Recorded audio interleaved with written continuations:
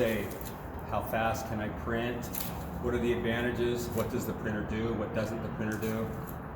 We put calculators on our website. It's still hard for people to grasp it. So we thought we'd just come out to a job site and start walking you through the processes of what a printer does do and what it doesn't do.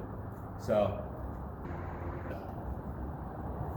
for the most part in construction, everything's about what the cost is square foot. But square foot doesn't help us a lot because there's no way to do apples to apples with square foot. I'll give you an example. Right now we're in a home. It's got a basement, main floor. It's about a 40 by 50, okay? So if somebody says, hey James, 1,700 square foot house, how much can I do it for? It's a ludicrous question. And even if I give you a number until you understand what the printer does do and doesn't do, you just can't make sense of it.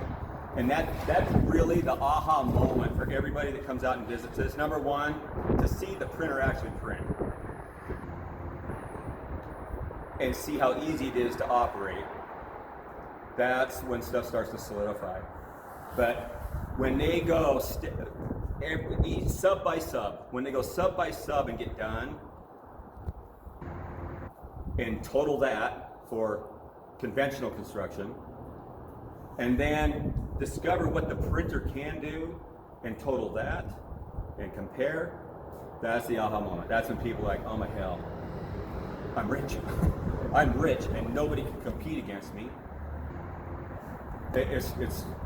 So anyway. So what we're gonna try and do here, and back to the square foot, the reason we can't do square foot.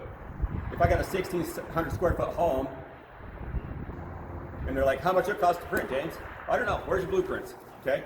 I gotta go through and do a takeoff. We gotta look at how many linear foot of walls, exterior walls, interior walls. Both of those are very, very important.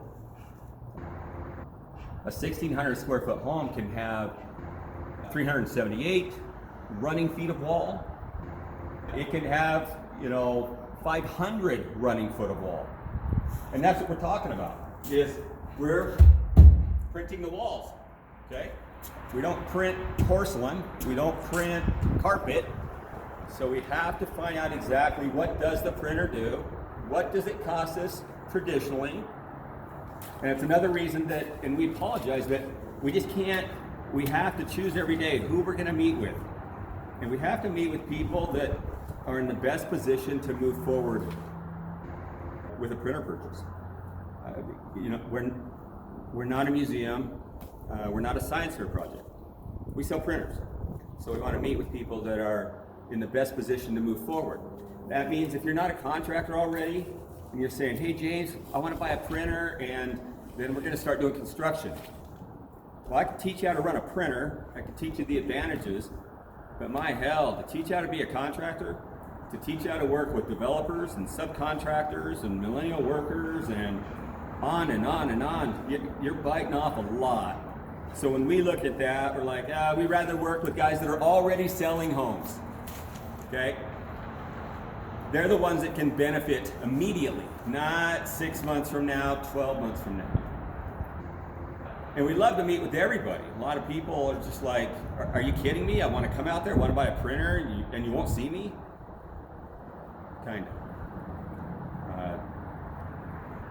I don't know if you've gone online or watched any of our other videos yet, and so some of these videos will start to be redundant in certain ways, but you may not have noticed yet, but we're the only ones in the world that actually have a phone number on our website. We're the only ones that are actually talking to people and teaching construction practices, practical applications, breaking it down, the amount of videos we put online. And we don't make our videos all pretty and fancy. We come up with an idea, we walk out onto a job site, and we start recording. There's just way too much, okay, to do to make everyone look like a major production. There's some things that we like to see from people that are planning on coming out and visiting us. Number one, I know when you come out, you're gonna be fascinated, it's gonna blow your mind and everything else, but then, unless you are a builder, you are a contractor, and I'm not talking about a cabinet contractor or a landscaper. I'm talking about a home builder.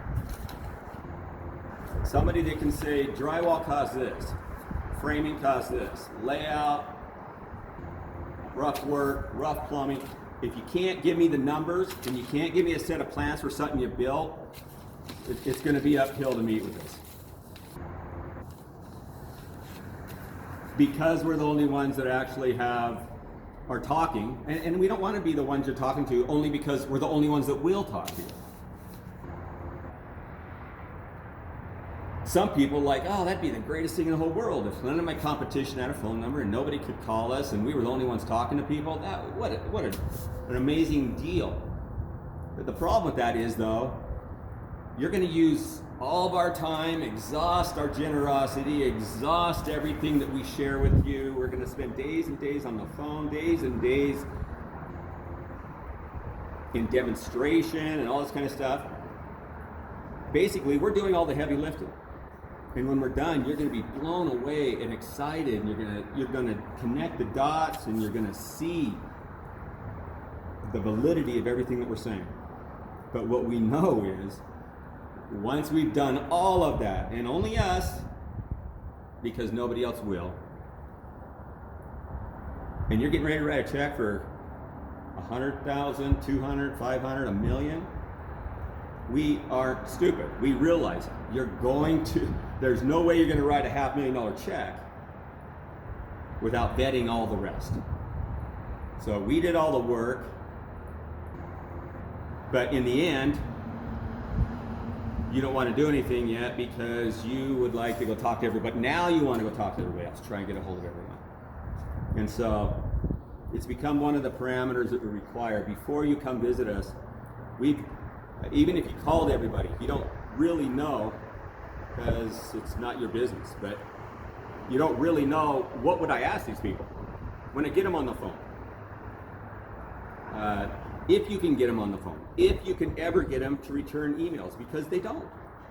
We know that because customers tell us every single day. And the attitude of a customer that just saw one of our videos and calls us and says, tell me all about this thing's amazing. And then we're like, we would love to, but we want you to watch all of our videos first. We want you to do this and that and this and that. And they're like, are you out of your damn mind? I got $500,000 burning a hole in my pocket right now, burning a hole. Okay, I'm gonna buy a printer. You're telling me you're not willing to talk to me? Jeez. The challenge is that we're not just educating America, I'm educating every country around the world. Our company is. We lead in this technology. We have the best product. You don't know that yet. There'll come a time that you will, but right now, just a salesman on a video telling you a bunch of stuff. At 5 o'clock, when everybody else goes home around here, the rest of the world's waking up. They're just as excited, and they run into just as many dead ends in trying to get information. So we're talking to universities around the world. We're talking to general contractors and developers, architects and engineers, students that are trying to do a paper and thought that we'd just be happy to give away all of our formulas and crap. And there's only so many of us, okay? So we have to really identify who are going to be those that are in the best position to move forward with the technology, already in business. They have 3 years tax returns. They're in a financial position to actually buy a printer. They can prove and show that. They understand real estate. They understand banking. They understand engineering, building department, inspectors. Get a lot of entrepreneurial people that get super, super excited. But to buy a printer and then to learn construction and then to learn about engineering and all of these other facets dealing with the city, we just know, and we got to play the odds right now. So we're looking for those who are ready to utilize the technology the quickest, are in a position to purchase without running around looking for a partner or trying to get a loan or anything like this. People that are ready to move forward. And so that is why we ask you to go through certain steps before we'll actually schedule some time with you. And one of those steps is that I need blueprints from a previous job. And those blueprints, I mean, so when we get back to square foot versus linear foot, square foot doesn't matter to us, okay? It's not a term that works for us. What we have to do is go do a takeoff and figure out every one of these exterior walls and then determine how many linear feet and then how tall. Are we going 8 feet? Are we going 10 feet, 12 feet? And then we do our interior walls because the structural engineers' design detail for an interior wall and exterior wall are more than likely going to be different. And actually, before you can even do that takeoff, the very first thing you have to do is determine your mix. Which mix do we want to use? Now that's what we've spent 2 years testing, our mixes, not building a printer. It's understanding concrete, understanding mixes, lab results. So before we can even start to get this to an engineer or anything else, we have to start with the mix itself. Are we going to use a mix that's 500 psi? Or are we going to use a mix that's 50,000 psi?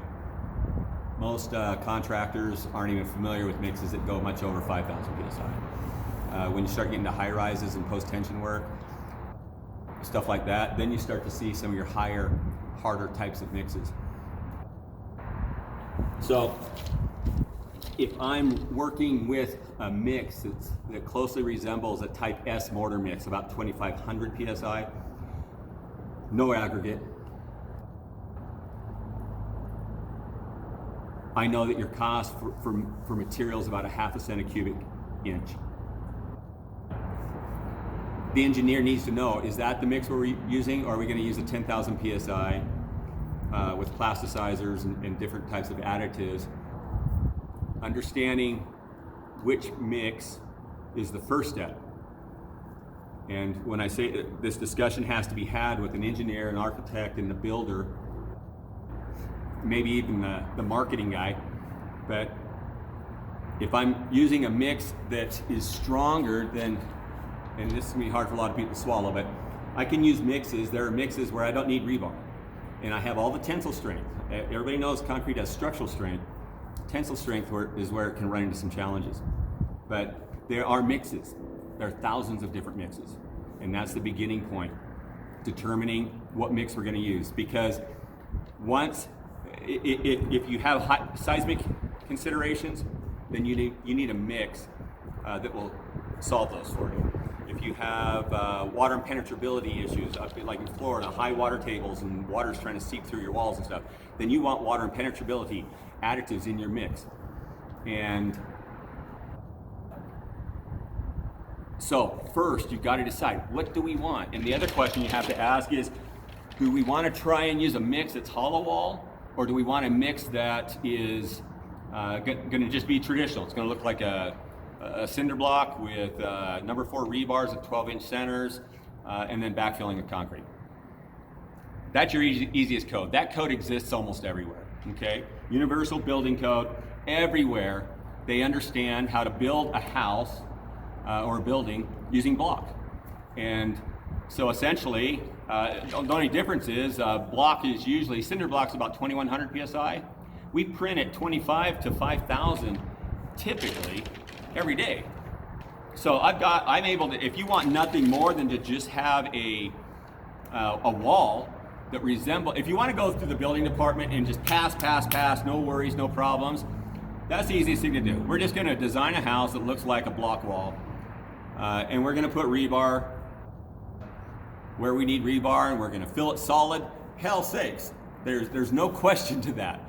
Nobody's going to argue with you about that. You know, a solid concrete wall, 8 inches, has an R factor of about R9.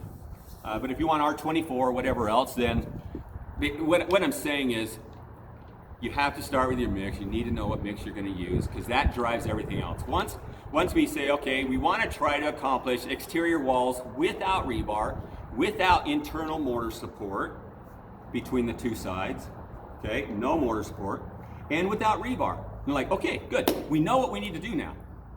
And that's where we work with you to get you the right mix formula and all the math and data that goes with it. Because The last thing you want to do is be 4 foot up on a house and have it fall over in front of the media and cameras and people that would love to see MudBots fail. So that's where most of our research R&D has been, and making sure we have failed over and over and over and over. I mean, that's what we've done for 2 years, is fail, fail, fail, fail, so that you don't have to, so that you won't. So once the mix is where we want it for what your objectives are, it has to go to your local lab, a licensed lab in your state, and they'll do testing on it. It takes about a month. It's a curing test, strength test, seismic. There's a myriad of different types of tests that labs can do. Each state requires different types of testing. So that's the very first step. Determine the mix, get it to a lab, get it tested so that you have something to give to a civil engineer, structural engineer. Once they have the data from that lab, they have everything they need at that point to draw the wall sections, the details for your house. Everything they need. It's no different than if I'm doing a free span and I want to go free span 50 feet and I'm putting I-beams in. Engineer, they don't know those numbers. They look them up in their blue book and says, okay, free span, 45,000 pounds on top. You're going to need an I-beam with this spacing and this size and this type of steel. That's what they need. They need the data from the lab. And our customers, they get data from several different mixes already so that they can hit the ground running. But once he has that, he can determine exactly our exterior walls. So we're back down here. Are the exterior walls going to be 12 inches? Are we going to be, 8 inches, 4? Are we going to have support in the middle, mortar support? Or is it going to have rebar? Don't know. And actually, there's 5 ways to design that wall. Once I have my spec mix, I can determine a lot of different ways for the same question. Interior walls, most of the time, they're always able to go hollow, unless it's a bearing wall.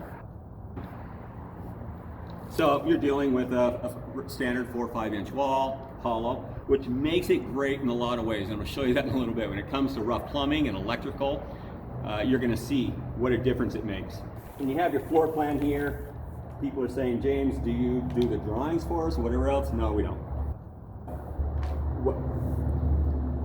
It's important to understand what the buyer is responsible for and what we're responsible for. We're responsible to give you a printer that will print whatever your engineer tells it to print, or architect. We don't do your designs for you. We don't design your homes. We don't do takeoffs on your home. We don't do structural engineering. It changes state to state, and code is different state to state. So it'd be impossible road for us to even begin down. So you start off with your architect, who basically says, okay, I want a house that's going to look like this from the outside. Inside, here's where all my walls are going to be. Okay? Then a structural engineer would take that and try and be as close to that as possible, once taking into consideration the details for wall sections, how wide, narrow they're going to be, are they going to be hollow, not hollow. And when I say a hollow wall, I mean printing 2 sides, and I'll show you some stuff on that. Once that's all done, you can get it to people you got people at your university, high schools, people online. You can hire people in-house that can turn this then into a 3D drawing. Walls up, 8 feet, okay? And that's what needs to be done to get the file ready for our printer. Almost all 3D software, they import what is called an STL file. If you're familiar with AutoCAD and stuff like that, most people can transfer their work back and forth using a DXF file. But for 3D printing, almost all 3D software, and it doesn't matter which one you use, they produce an STL file, and our system imports that STL file, and that's all you gotta do. So there's, like I say, there's people online that will do these your drawings for you. Now, we recommend, if you're going to be selling homes 3D printed, one of the best things to do is invest in just a little small 3D printer. You can start learning right now. I mean, they cost nothing. And get used to the process. Some of the nuances and novelty things about 3D printing. For example, I can't print a cantilever porch that comes just hanging out over the side of the house. Can't print in midair. So we'd have to support that in some way in order to print that cantilever part. So you can have kickers, you can have scaffolding, there's a lot of ways to do that until it dries. Once it dries, it'll support its weight with the right reinforcement, synthetic fiber, basalt rebar, standard steel rebar. So we recommend you get a 3D printer and then actually print what it is that you think you're getting ready to do here. Let the customer take a look at it. They love it. They get a look at the hallways and windows from different angles. It's a huge selling point. So we recommend that you get one of those. Okay, so when we're talking about the details, okay, for the most common questions, how are we running electrical? How are we going to run plumbing? How do we tie the walls into the foundation, the footing? How are we going to do a top plate? How are we going to do headers over top of windows? These are the details that the structural engineer will be able to provide. And that is his preference of what needs to be done to meet state code. He knows the code, he lives in the state, he's licensed by the state, he is the protector of the state. Now, a building department cannot, once an engineer stamps a set of plans, he says, my license, my reputation, my education on the line, this meets code. I'm the authority for the state. I'm licensed. A building department does not have the legal right to say no. Now, what a building department can say, and their engineers, when you submit your plans is, I don't understand this, or I don't like this, or whatever else. Can you explain the math to me? And you have to be able to support the math for everything that you do here. So the engineer is the one that determines whether or not it can be done. Go to the building department and let them take a look. There will be hand-holding in the beginning. There will be explanations. You're gonna have to show the math, but they don't have a legal right to say no. And we'll be doing some other videos on that in a little bit with actual engineers talking about the process, and as well as videos from us that explain the better way to approach the building department. Because there's the best way is a proof of concept structure, and then let them come and crawl all over top of it and see the connections and touch a wall and see the whole process. It's going to be a lot cheaper to do a little 12 foot by 12 or 12 by 14 proof of concept structure. The other is to start off at the very top and go to economic development, go to the housing authority, go to Habitat for Humanity, and let them, these guys that are tasked with affordable housing, go to them and let them see that there's finally a tool that's come along that makes affordable housing possible. And when I say that, I'm going to keep saying it, guys. 70% less, 70% faster. And it's actually much less than that and much faster than that, which I'll show you also. But when you finally bring a tool to them and they see it and understand it and they're like, oh my gosh, this works. And if they don't believe it, they can call the Habitat for Humanity in some of the states that do believe it, do understand it, and are moving forward with it. So once they do understand, they're the ones that can get on the phone and call a mayor, call a governor, call a senator, attorney general. They are politically connected, and it's not just affordable or Habitat for Humanity's challenge to provide affordable housing. They're trying to do it for politicians that are saying we're going to solve affordable housing, and so once they begin to believe it themselves and understand it, and we can help you with that. We can help fast track and get those people. We can even come out and meet with you and put 15 or 20 people all together, engineers, architects, universities, building departments, zoning, put them all in a room. Okay, send us an airplane ticket, we'll fly out, we'll speak to everybody at one time. Now, it's a different conversation between the governor or senator walking in the back door of the housing or the building department and saying, hey guys, guess what? We got an affordable housing problem. I got people dying on the streets. We're gonna fix this. We're gonna do it now. And You guys are going to figure it out. And anybody that gets in the way, I'm going to replace you. Okay? We have a serious problem, and it exists right now. And I'm not, you know what? How are we going to run our plumbing in the wall? Who gives a damn? And maybe you misunderstood. People are dying every single night. Okay? So we're going to get the basics. We're going to use this. We're going to employ it, and we're going to do it right now. I mean, instead of a builder going and hiring a civil engineer and trying to get the civil engineer to go in and explain it to the state or the building department, the governor's saying, I don't need the civil engineers. I have a whole bunch of them that work for us. Okay? They're going to solve it. They're going to fix it. We're going to do this, and then we're going to let contractors know. We're friendly to concrete printing. Keep coming, guys. Keep coming, because, again, people are dying on the streets. We've got 150,000 people in Los Angeles dying. One of the most progressive, amazing governors, Governor Newsom out in California. Go Google him. Look up what he is doing. He has made a mandate. And right now we have several contractors that are putting proposals before him, because for the first time ever, we can build a home for 70% less and in a third the time. And it's real. So people need to get on board. I mean, there will be politicians that are made because they grasped this, understood it, and ran with it. And there will be politicians that will no longer have a career because they didn't get behind this and try and understand it and see what it could do. And they're waiting on everybody else to figure it out first. That's not leadership. So, anyway, get your structural engineer to drop the details.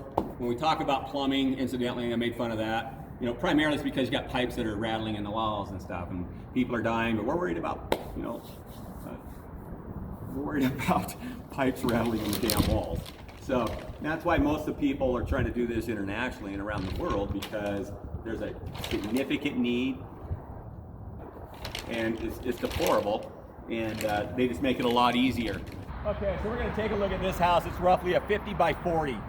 And I'm going to do a breakdown, a takeoff for you, show you all the numbers and everything, but and show you what we do and what we don't do. So we're going to start off with sewer. So there are ways to really take advantage of the concrete printer.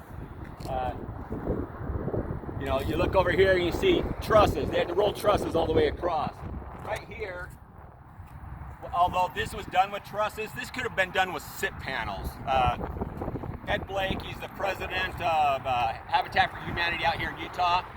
He does everything with SIP panels. It's basically 12 inches of polystyrene with 5/8 on the top and the bottom. And they are lightweight. They have no problem in the winter. This is Utah, okay? We get 12, 18, 24 inches of snow. So they're very, very strong. He has the highest energy rated home in basically the United States right now, and he's done a lot of he's followed a lot of what the Germans are doing overseas with SIP panels. He came out here, he had to fight to get it everything approved in the beginning, and now he's got a house that he can heat completely run for $1.49 a day. That's astounding. Okay, you guys that know that's a number that most people would probably bullshit with. Okay, but when you're dealing with flat roof panels like this is ideal for it. So it starts with, how are we going to try and design a home that makes sense? Guys, you're having to build a $300,000 home to make $60,000, $70,000. I'm going to show you how to make $50,000 building a $100,000 home. But a $100,000 home, $120,000, $150,000 homes for millennials, and what the next generation wants, because they're not drinking the Kool-Aid. They don't want these $500,000, $3 million homes. Hell, they're already $300,000, $400,000 in debt just going to school because we've allowed that to happen. So that's not what they want. They want to be in the desert on the weekends. They want to go to Burning Man. Some of the best models I've seen financially right now are people that are starting to build homes for millennial, Gen X, smaller homes, smaller footprints, something that they can afford because they need it. I mean, hell, a ton of them still living with mom and dad.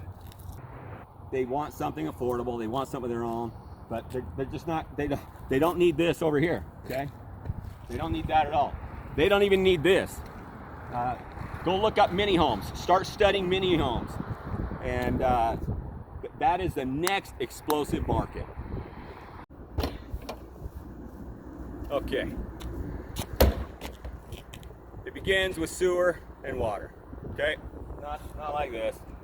But we can print this very, very fast, trust me. Okay, so sewer and water. All of your sewer and water can be pre-printed. You do it on site, you're not ordering this stuff, it's not precast. You can print it, and here's some examples of it right here. I'll show you what you can do. So before they even start with the house, at grading, when they're trenching and getting all of that in, septic tanks as well. You can do septic tanks. If it's concrete, the printer can print it. So let's come over here. Concrete printer, it begins with the forms for your footings. We literally print your footings, okay? Within 6 months or so, we'll actually be backfilling the footings as well. But right now, we're working on flat work finishing first. And so we are always improving, always changing. There isn't anything that you've seen on the internet that our printer doesn't do. Not a single thing. We don't put everything our printer does online. We don't show everybody everything because I'm getting tired of educating my competition. So, but when you come out, you will see that our printer does everything you've seen online. I don't care if you're talking 360 rotating heads, double prints, with single pass double prints, you want square prints, you want real-time finishing. So it begins with the forms, okay? You know how long it takes for to send out a crew to form all of this up. And if they get this crooked, the whole damn house is crooked. That means your drywall guys aren't gonna work for you no more. Your framers, nobody. It all begins with the forms and setting up, making sure we're level that corner to that corner, and that these squares are actually squares. So, my father was a drywall contractor, as you've seen in other videos. I hated it when we would get into a house and I should be throwing up eagles, but I can't. I'm trimming every single sheet from a 1/4 inch here to 0 on a 12-foot sheet because these guys screwed it up. Nice thing about a concrete printer, it is perfect, okay? Every single time, and it's perfectly level. I don't have to measure every single one of my forms going around here. If I'm level between there, there, there, and there, the house is level, okay? And it is square. So we print the forms, you can put your steel in them, backfill them, and then we print the forms for your slab itself. So again, you're not paying guys to come out there and to form up for the slab. It does it perfectly. And we're not very far away from where we'll actually be backfilling that slab. You're not bringing in a pumping truck, not sending in a crew of people. You're not raking to try and get your mud back in that corner with shovels and landscape rakes, pulling it and so forth, extending the boom on a cement truck. You're not bringing in pumping trucks. The printer will do that for you. Right now, just so that we're not misleading you in any way, we don't do the backfilling of the footings. We print the forms for the footings. We print the forms for the flat work. We don't do flat work yet, but we will soon. Okay, as you get out there, start looking around, you're going to discover that we're one of the only ones that can actually print your basements for you. We have a very long Z-axis. We bring everything in from the top and down so that we can print around rebar. We can print basement walls like this here. The difference is, when we are done printing a basement, we don't have all this crap. What we have is a very nice, perfect wall. When you come out of a basement that's been concrete printed by MudBots, it looks drywalled and finished, perfectly smooth. You want to go back the next day with some top coat, spray it on the walls, do a nice knockdown broquet or whatever else, no problem. So You don't leave a basement looking like this, which is rough edges. Come in here tight and take a look at this. Okay. Here's what all basements look like. That, and then this. Okay. So you finish the wall while it's printing, and when you're done, it's gorgeous. So now that we're done with the basement, it's time for the guys to put the floor on it. Let's walk down this way. Okay. Also, don't need these anymore. We print these while we're printing the basement itself. You don't have to go in. Okay, guys on a drill all day long, drilling, putting these logs in. Just bull crap. Just time consuming again. You don't have another product that you got to order in. We print it, but when we print it, it doesn't look like a warehouse inside your custom home. It actually looks gorgeous. Any kind of wall texture, any kind of wall look you want. Way better than this. Way cheaper. You see all these red lines here? Those are chalk lines. Okay, a couple guys came out here and had to lay all this out. And you look down here, you can see they're laying out for the walls right now in the basement.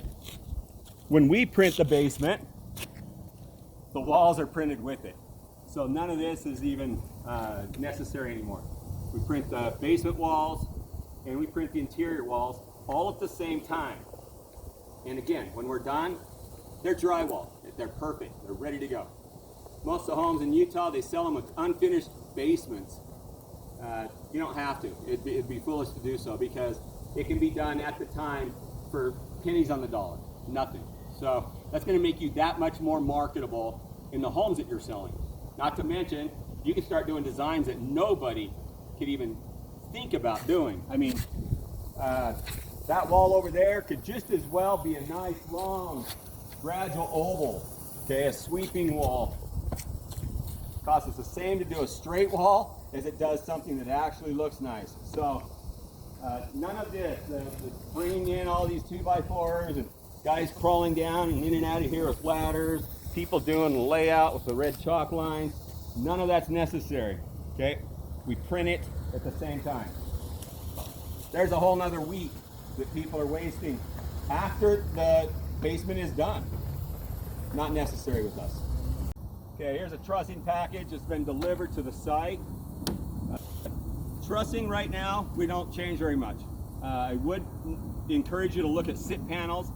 They weigh a lot less, they go up much faster, they can bear the weight, and they have a lot better R factor than trying to do this. However, and so what most people are doing is they're printing their 8-foot wall, we're putting on a top plate, and then you would roll your trusses like you do normally, whether you're running TGIs from a basement to any kind of trussing up top. You just put down your top plate, and there's 8 different ways to attach that top plate. So for this part of it can stay the same, or you can go to sit panels, change your design a little bit, offer something much more affordable. Now, we're working with 2 of the largest composite companies in America right now. You go to Home Depot, Lowe's, you'll find what looks like a plastic board. Your contractor, it's Trex is what it is, but for everybody else watching this, it looks like plastic wood, okay? It's a composite, it's a lot stronger, perfectly straight, isn't gonna weather, far superior, okay? Right now, contractors, developers, they're having to order these, they're built in a factory, they get shipped, delays, gas, carbon footprint, all of this. We are not very far from where our people will literally be printing their trusses on site using a 2-part composite and a double mixing system. So stay tuned, keep looking for that. That's going to change a lot. Okay, now that we're here, and I know we've skipped framing, we'll get back to that because that would be the next step, but we're walking by this house and it has the electrical in. So traditionally, for every single box, all your electrical, you got to run lines, okay? You have to drill every single one of these. That makes your electrical bill go through the roof. That's not necessary. And that is why that beginning argument, do we want hollow walls or do we want walls that look like cinder block? Okay, if you go with a cinder block type of wall, it's going to be a lot easier for your very first house to get it through the building department. But it's absolutely ludicrous because it's not necessary. We do not need to have cinder block type walls because you don't want this. This is what you don't want. You want a hollow wall that you can drop your home runs. They go from your boxes straight over to your breaker panel without all of this additional labor. So that's what we're saying in the beginning. Guys, do we want to just get something that's going to go through building department the easiest the first time? Maybe. Eventually where you want to be is, as they become familiar with concrete printing, you want to get to where they understand, oh, stronger mixes, different characteristics of mixes, different types of additives in the mixes. We can get a wall that is just as solid, printing it an inch there and an inch here, a hollow wall, without all this unnecessary labor that it takes, okay, to get everything back to the breaker box. Okay, same thing with the plumbing, not just the electrical. Drilling for all of these is a pain, nightmare, twisting, pulling, okay? Plumbing's the same thing. Lots of places you're gonna have to go run plumbing down a wall. You gotta drill 1.25 inches, 1.5 inches, 2-inch holes the whole way. Yeah, plumbing. So then the question is, okay, if we got plumbing in the wall, how are we gonna connect it? Okay, we've done a whole video on that already. I'll show you some of the processes here because you don't want plumbing that's loose and bouncing around. Okay. And if you want to do lap siding, like I said, you can just fur it directly to the concrete wall and put your lap siding up. Connection methods, 5 or 6. Just use your imagination for a second. Probably figure out 5 or 6 different ways to connect this directly, or your lath directly to the concrete. So nothing that doesn't have 5 or 6 answers, almost always. That's about what you're going to be looking at. You know, none of this material is necessary. Not a single bit of it. There's all your mud, your top coat, here's your tape. Okay. You've seen videos of it, but come over here and let's take a look. Okay. Look how the drywall guys, look how they missed this box. My dad would kill me if my boxes looked like that. And now with OSHA, a lot of states are making it, see all this dust right here? They're saying, oh hell, not good. So they're making everybody wear respirators, just making the costs go up and up and up because of the health issues. But I'm trying to look for any other boxes. You know, if they blew this light box out, if they don't tear that excess off before they tape. Did the same thing here. Okay. And it gets covered with trim, but our boxes are perfect, and our boxes are perfect every time. We give you all the dies. There's 2 ways, your 4-way, okay, your 4-inch rounds. Any die size you want, we get for you. You connect it to a vibrator, and while the wall's still green, you just push it right through. Okay, same thing. When we're done printing, you probably run a 2x6 for your top plate and run it all the way around. There's several different ways to attach that, which we'll show you. Another question, how about the headers over all of our windows? Almost all your windows and doors break at the same header height. Okay? And so, if there is an argument for stopping your print before 8 feet, that would be it, although it's not necessary. There's several different ways to do headers, but if you stop right here, put your header board in so that you're flat. Now most of our people, they're not leaving voids for windows and stuff anymore. You know, instead of printing down to here and then stopping and working the way up and leaving a void for the window, they're going in afterwards and cutting the windows when we're still green. Cuts like butter. You can cut your header out at that time too. Put your header in and then cut out for your windows and your doors. But most people right now are printing straight through. It's a safer structure, and it's just much, much faster. So, but if I did stop, put in headers so that we could keep printing all the way across after the header is in, then you just go out and put some foam or something on the outside and have your stucco guy or whatever else come in and lath it and make it look like it was supposed to be there. So there's workarounds for just about everything. Okay. Okay, you see how they stack these 2x6s here? You look up, it's a bearing beam up above. So you can do the exact same thing. You can, as you're printing, if you had a hollow wall right here, we would print this solid. We could print it solid from here to here, and we can structurally support it as we're going up so that it'll bear the weight. This kind of stuff isn't necessary. And then you still use your beam the same way. Use your joist hangers if you're trying to kick your trussing into it. These kickers right here. So concrete, a lot cheaper than wood. Okay. After the basement is done, walls are all done in the basement. Exterior and interior walls finished. Looks like drywall. Looks like finished drywall. Put the legs on the printer, extend it up, and print your walls. Okay. All your exterior and interior walls, you just print them. And if you're using a stronger mix, you don't have any type of mortar support or rebar in that wall. If you're going to use something closer to a type S mortar mix with additives that will give you, then you'd probably be printing bearing walls and exterior walls. Print a design pattern that resembles a block. Okay, you know, everybody knows what a 6/8/16 or an 8/8/16 block looks like. But remember, that's 2100 psi, but we're printing it 3,000 to 5,000 psi. That is in the beginning. We determine a mix. Mix goes to the lab. Lab gives the information to the engineer. Now the engineer knows what kind of a wall section to propose for these plans. So framing, beautiful walls, 8 foot up.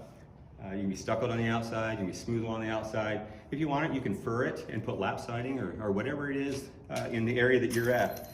But again, we're talking about giving you a $50,000 home, your cost that you can sell for $100,000, $120,000.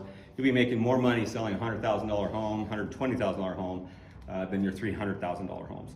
And you'll be doing it, what takes you a month and a half to do, traditionally, we're gonna do in a couple days. So, okay, when you get done framing, traditional construction, then you gotta sheet it, okay? Days and days, a lot of work. There is no sheeting. We're printing a solid wall, or it's solid on both sides. We get out there and start troweling it. So, you're not sheeting it, and additionally, you're not coming back with tie back. You don't have to put a scaffold all the way around this thing, get all your tie back up, and lath it. 3 coats for your stucco. None of that's necessary. When we're done printing, when we're at 8 foot, in 2 days, when we're at 8 foot, you're stuccoed on the outside, your drywall finished on the inside.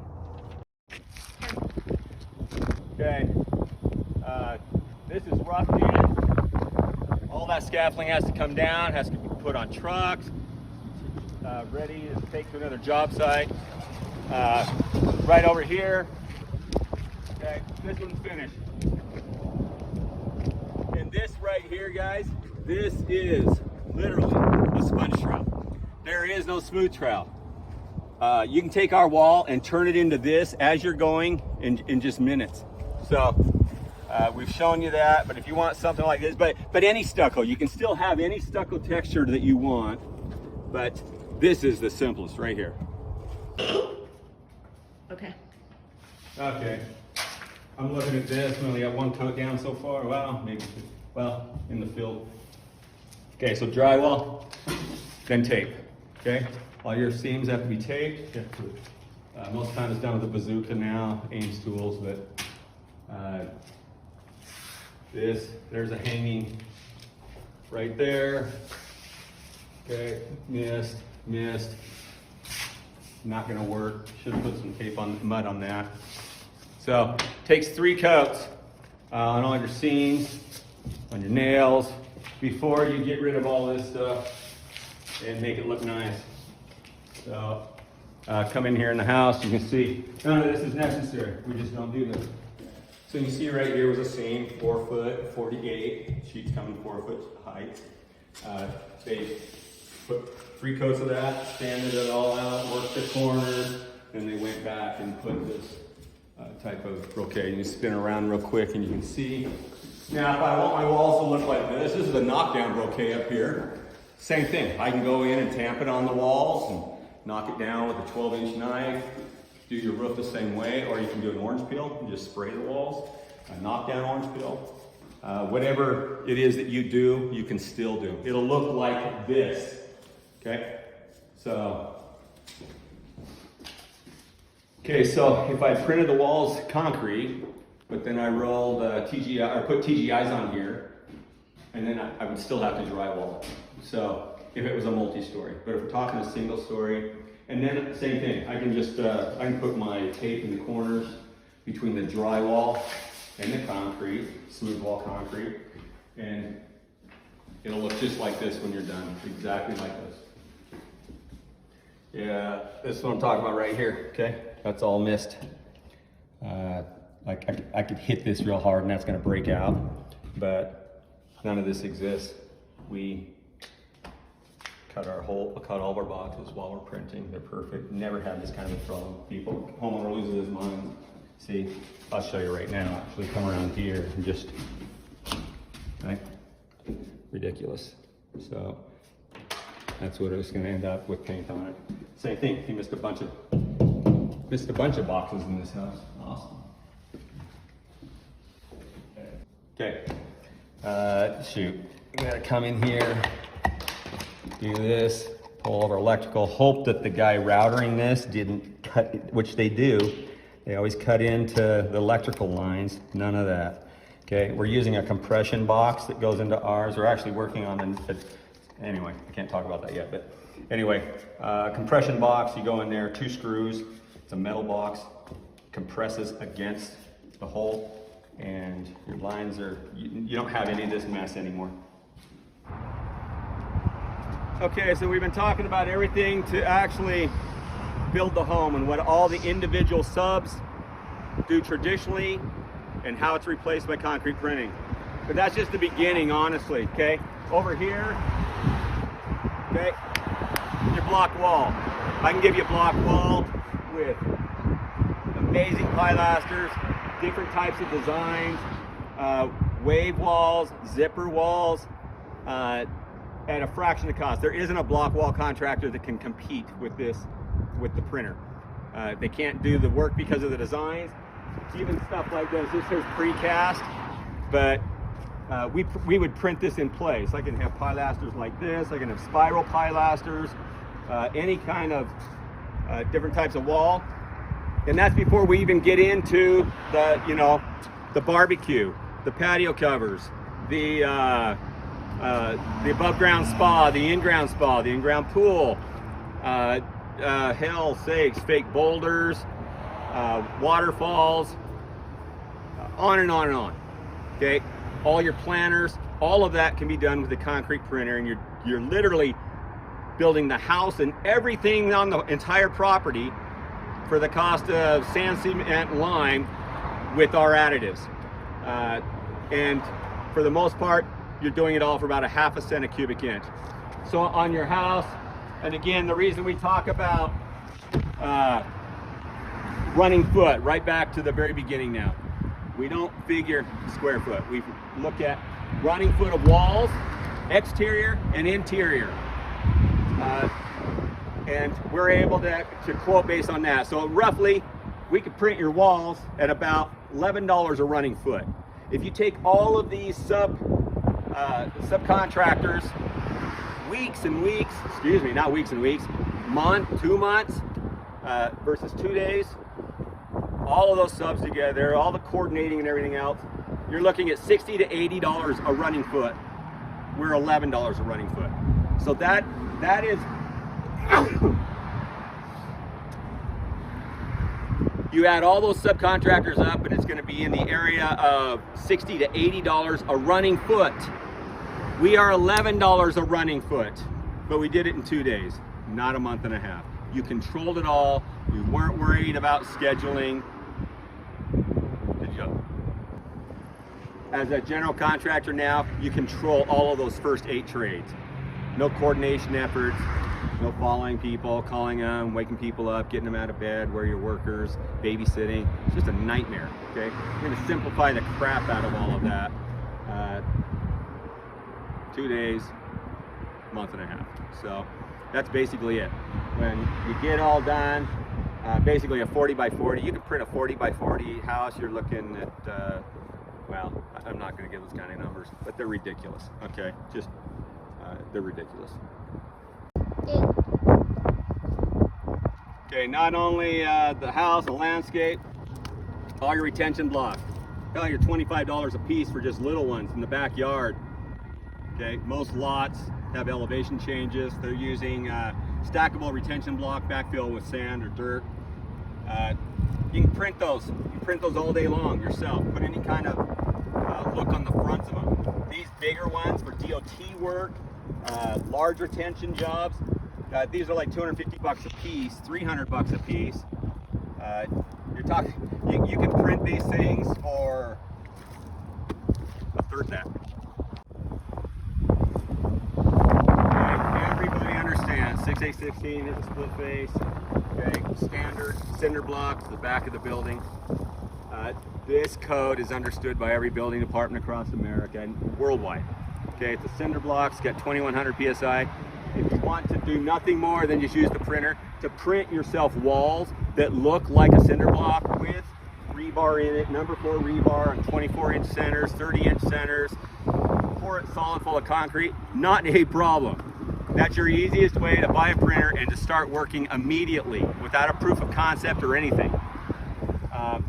But if you do a proof of concept home and start talking and have a structural engineer that's done the details for you, you'll be able to show them how you can print walls that are hollow. They're not poured solid full of concrete. It's not, it's a faster print. My electrical home runs just go down through the middle of the wall because there's nothing there. So you're not screwing 2x4s or drilling through 2x4s. You're not dealing with this, have to put conduit on the outside, the inside, stuff like that. You can. I'm just telling you, you don't need to. And nobody will be doing it that way right around the corner because it's not necessary. What's necessary is to begin to understand different types of concrete, the additives, the plasticizers, the synthetic fibers, stuff like that, that gives concrete the tensile strength that has most people freaked out, and they don't need to be.